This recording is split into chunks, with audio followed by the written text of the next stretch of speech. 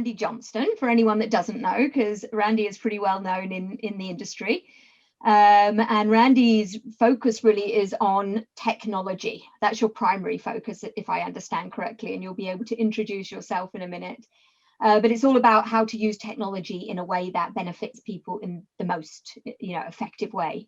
So if I understand as well from your background that you started your career as a programmer back in the 60s and the 70s, and you have gone on to have an entire career in technology and development. And you're particularly focused in the accounting industry, and that's how we know each other, because of the different networks that we're in, the global networks that we're in. And you support a lot of firms, if I understand correctly, that also support accountants. So, Randy, it's really nice to speak to you today. And I wondered if perhaps you could introduce yourself and, tell us a little bit around who is Randy, the family man, and who is Randy, the businessman. Well, beautiful. Well, thank you for the setup and introduction. You are right.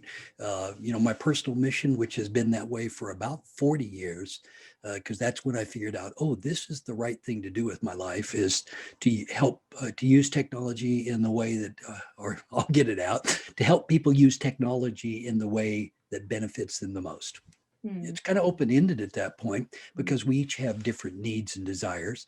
But you are right. I did start writing code in the 60s. So I actually came down from mainframes to mini computers. In the days of mini computers, we used to call that IBM and the Seven Dwarfs. So I have worked on all of them, IBM, Burroughs, NEC, Digital, all of the Seven Dwarfs. Wow. And then when this personal computer thing was coming, I thought, oh, this would be very interesting. People might even actually have their own little computer. So started doing personal computers when they were really more commonly called microcomputers using CP/M, pre-DOS, pre-Windows, pre-all that stuff. And because of that, wound up, being introduced to a lot of influential people in the industry.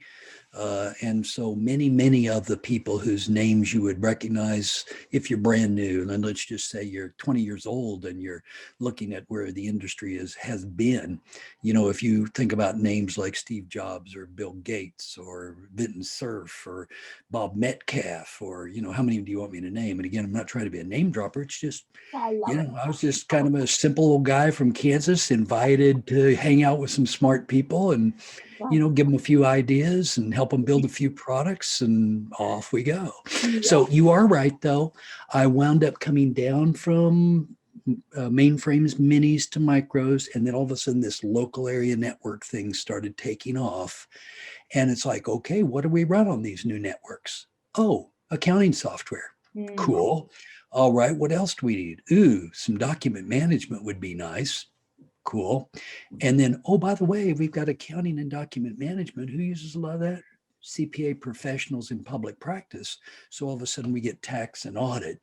So yes, the career has evolved to kind of this accounting background for accounting software, analytics, dashboarding, business reporting, the stuff that you're really good at, and I'm just kind of an amateur. No, okay. Well, look, tell me a bit about, if you don't mind, K2 Enterprises, because this is your business, isn't it? It is. Yeah. We, in the 80s, began teaching CPAs, continuing professional education, sometimes called PD, professional development, or CEUs, continuing education units around the world. But in the United States, CPAs are required to have 40 hours of professional education every year. And if you're in public practice doing tax and audit, you have training in those areas, but you have technology training that you're needing. And that's what we do. And public practice CPAs are quite different from industry CPAs, who are commonly titled CEO, CFO, controller, VP of finance, that are really dealing with a lot of this. And, yeah, they have to do a little bit with tax, but no, they really have more financial reporting, operational responsibility. So they're far more interested in analytics and those type of things. Well, again, that's right in our wheelhouse for technology. So historically, Laura, we'd had the good fortune of helping develop products like Lotus 123 or SuperCalc or Excel, to name some, VisiCalc. Dan Bricklin's another guy that I've known for a long time. And, those things called spreadsheets were pretty revolutionary. But as we began being able to report from them with graphics, that became even more interesting. And nowadays that we can hook to databases and do other elements, that's become more interesting yet. And, when I think about the design work that I did with Microsoft to create the pivot tables, that was fascinating. And interestingly enough, even some of the ways you could use pivot tables, I hadn't quite comprehended, even though I was in the design phase with them. But now pivot tables are likely to be deprecated as a feature, replaced with data models and direct connections in this near term. So, for our users that are, addicted to pivot tables, there's a better thing coming for you. So you can't lock yourself too much into a technology just because it's what's available today. That's right. I remember when I first started using pivot tables, and it was literally revolutionary. It was a while, quite a while ago now. But I remember I had a boss at the time that said, do yourself a favor, learn to use pivot tables. So I was like, okay, I'll go off and learn to use pivot tables. So I did some courses and I was like, oh my goodness, this is amazing. Absolutely amazing. And of course, as you say, like technology has moved on quite some since then, but I still use pivot tables and still use Excel. And, like you say, we have Excel hooked up to our databases now and have Power Pivot and all sorts of other things that we can use as well. But it was the start of something just amazing. I actually didn't know that you were involved in the development of pivot tables, Randy, but I might have guessed. And I mean, you write a lot of articles, don't you? A lot of publications, and I know they're very popular. I was looking at one you were reading or writing the other day with the term, but it's on the COVID print. How do you say it? COVID print. I can't even say it. Instead of entrepreneur, it's a COVIDpreneur, right? COVIDpreneur, you're right. And the idea behind that, I think, is that there's the anticipation, at least, that a lot of people will start businesses now through this crisis or after the crisis, and it seems like a funny time to start a business, doesn't it? But what is the idea behind that? What's happening? Well, it is clear in my mind how, this is an advantage of being old as opposed to being young like you are. You get a lot of more perspective of time if you're aware of what's going on around you. And let's face it, we've been through many, many, many cycles where the economy's gone up and down. And I'll just, for this purpose, cite the downturn of 2000, the dot-com bubble burst, and the downturn of 2008. And after each of those events, there's a whole bunch of entrepreneurial startup. Well, a lot of people lost their jobs in this time frame, and they had a lot of time on their hands. So that's almost the perfect recipe for creating new businesses. So I am quite convinced that there'll be a very big uptick of new business startups, and there'll be some wonderful ideas that people were, sitting around thinking, boy, there's got to be a better way to do this. And then they go and build it, or they go and do it. So, the COVIDpreneur, on the 2000, I called those the dot-compreneurs. And, the 2008, it was the financial crashpreneurs. It's not quite as easy as the COVIDpreneurs, but I expect a lot of great things, and I have wonderful optimism for what will happen, by the time we hit 2025 out of this event. Well, it's exciting, something to look forward to, isn't it? Coming out the other side of this, and it is what happens over the next few years. And so it's a good way of looking at it. It's a good opportunity, isn't it? It's a great opportunity for lots of people. And, kind of the downside, and again, I don't take this as critical, but I am concerned that there is so much roll up of businesses. I watch the counts here in the United States, and a lot of big businesses are becoming bigger.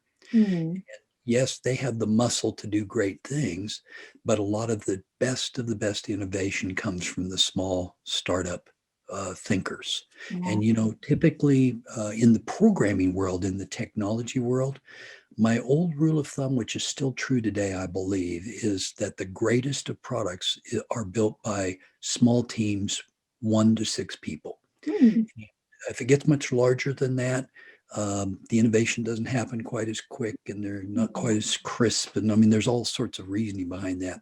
But in a team of 6, everybody kind of knows each other, and if they're all hotshot programmers, I'll use that word. Yeah. All of a sudden, they're all challenging each other, and it becomes almost a feeding frenzy of innovation, as opposed to a thoughtful slog. And you can get work moving bales, but it's a lot more fun if you're able to move a lot quicker, in my mind. Yeah. And again, we don't want to be disorderly about it. We want to be thoughtful about it.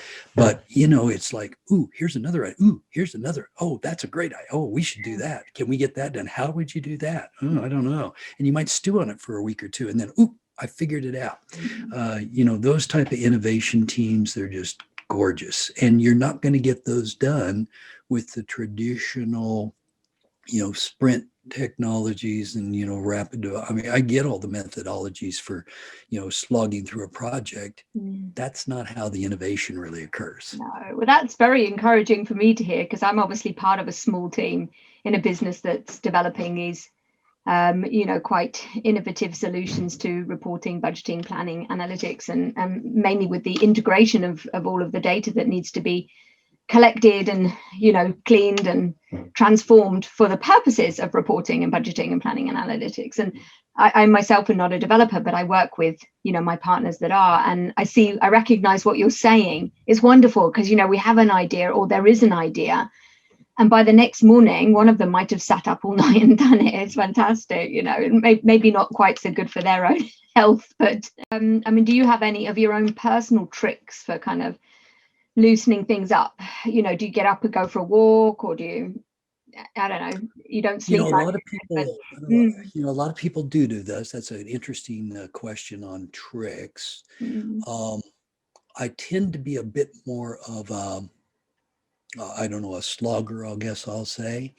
But I was fortunate to be trained in a mind mapping method that was used by Disney, Hewlett Packard, and others. When I've got a problem that's difficult, the way it actually works, I almost wish I could sketch it with you. Probably could here in Zoom, but you basically put the idea in a middle of a whiteboard or piece of paper. And by the way, writing is better than typing. So sketching on a white pad or a board uses a different part of your brain. So you actually come up with different ideas than if you're sitting at a computer trying to solve it. So sketching is part of this. But basically, you then take that one idea and you associate all the attributes about them and you group them together. And then you can take one of those attributes and go further. And there's several techniques that are like that nowadays, but that I think I learned back in the 80s sometime. And that turns out to be kind of the way I get frameworks. So for me, Laura, through the years, is I've always tried to develop frameworks for people to understand. That's why if you look at my website of accountingsoftwareworld.com, you see the pyramid, because I'm the designer of that pyramid of the accounting market, tier 1, 2, 3, 4, 5. That's why a friend of mine and I came up with the 3 PhD, as we call it now, the 5-component model of computing. Programs, let's go through proper order. People, following procedures, manipulating data, which runs software on hardware. And if any of those 5 components are broken, your system will not work properly. And the idea is to manipulate that data to produce information. So that's a model I came up with in the 70s that still seems to apply. Just like this past decade, I came up with an emerging technology model. And this decade, I've come up with what I think is the new advisory model. And so, some people are never going to do a new model in their career. And I love think I've probably got 4 or 5 models that I can say, yeah. And, it's really hard. And basically, probably some of the best ideas might happen while I'm taking a shower, for example. That's TMI. But, it's your mind's obviously off in another area. But I know what happened just like this morning. All of a sudden, bing, I'm awake at 2:15. And it's like, ooh, that's a good idea. I could go back to sleep, but I think I better get up and put this one down. Yeah. And that's kind of what happened, because I was doing, my collaboration and online meeting session from, 2-ish until, oh, I don't know, it was pretty late, 6 a.m. this morning. Yeah. And, it's Yeah. like, well, this still isn't right. I guess I'll think about it some more and see if I wake up tomorrow morning with a better idea. Yeah. No, well, I know you're always awake, because I've sent you some emails sometimes at, maybe the middle of the day for me, but maybe the mid or the morning for me, and maybe the middle of the night for you, and you reply instantly. So I think, when do you ever sleep? But I love models. I love frameworks. I think, like you say, it's pretty hard to make things simple. But the And idea is, I usually want one key point that's being made that might trigger some actions. And the idea for me is, if I'm reading an article or I'm attending an event, a conference, a seminar, I usually want to learn one or two things an hour. So that might seem pretty slow, but on an 8-hour event, if I get one or two things, that's 8 or 16 things. yeah, That's a pretty good rate of innovation. yeah.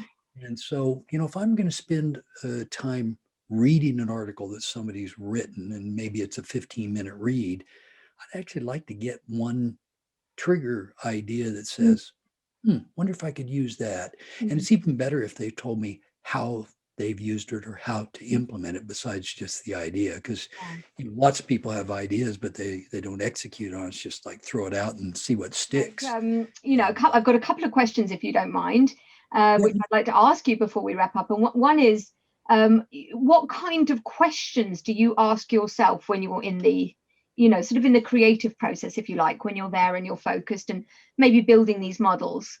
How do you talk to yourself? Like, what is your process? Or is it, no real process and it just kind of happens? Well, it's probably closer to the latter than the former, but there is something about this, because my wife is a retired teacher at this point, and both of us seem to have a natural bent for teaching. And so in the education world, the pedagogy, the methodology in which you teach is important, how people learn. And you've already heard me talk about, the 3 learning styles, and there's the 7 and 8 model. But in direct answer to your question, what I usually am doing is saying, does this flow logically? If I know nothing about this, can I understand what's being said here? And is that the next logical step? Now, that tells you I'm probably a little too much of a sequential thinker as opposed to a little more random.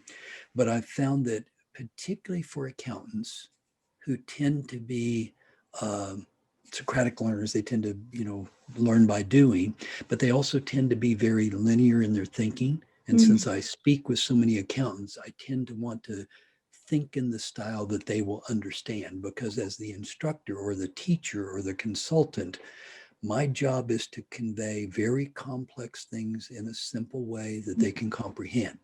So much like the old saying of teaching people to fish rather than fishing for them. You're a great, technology person. You're also a fantastic business person. And you're also a great connector, I should add in there, because you are brilliant at introducing people and seeing how this person and this person could potentially fit together, or this idea and this idea. And I was wondering if you could maybe leave us with something like, maybe a small takeaway of a thing that a business owner could do today that might help tomorrow.